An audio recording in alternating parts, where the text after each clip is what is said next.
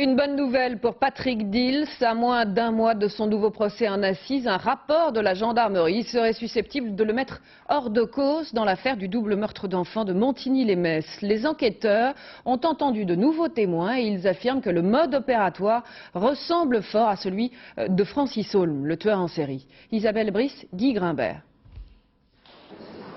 Francis Holm a-t-il tué Cyril et Alexandre à coups de pierre en automne 86?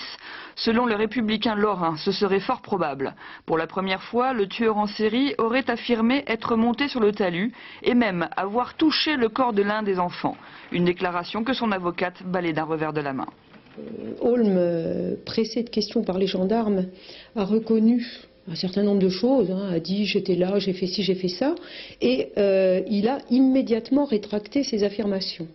Alors je crois que c'est un petit peu inquiétant quelque part qu'on publie comme ça des éléments extraits d'un rapport, qu'on publie les termes les plus percutants, qu'on les retire de leur contexte et que finalement on dénature la substance du rapport en question. Manifestement, les gendarmes, tout sérieux qu'ils puissent être dans le cadre de cette enquête, tout sérieux dans le sens de vouloir absolument impliquer Holm, se font aussi balader par Holm. Vous trouvez qu'il est partial ce rapport alors? Je trouve qu'il est quelque part un peu partial, parce qu'il est fait dans le sens de vouloir absolument, prouver que Holm serait là, sur les lieux, au moment du crime, et aurait commis ce crime. Maintenant, il dit qu'il est monté sur le terrain. Pour les Dils, en revanche, si le rapport n'apporte rien de nouveau, il rétablit la vérité, surtout en ce qui concerne l'heure du crime. Les gendarmes la situent en fin d'après-midi. Or, à ce moment-là, la famille se trouvait encore dans la Meuse.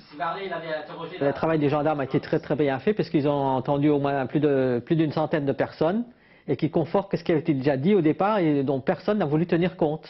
Ce rapport met en cause l'enquête de la police qui a été faite il y a 15 ans.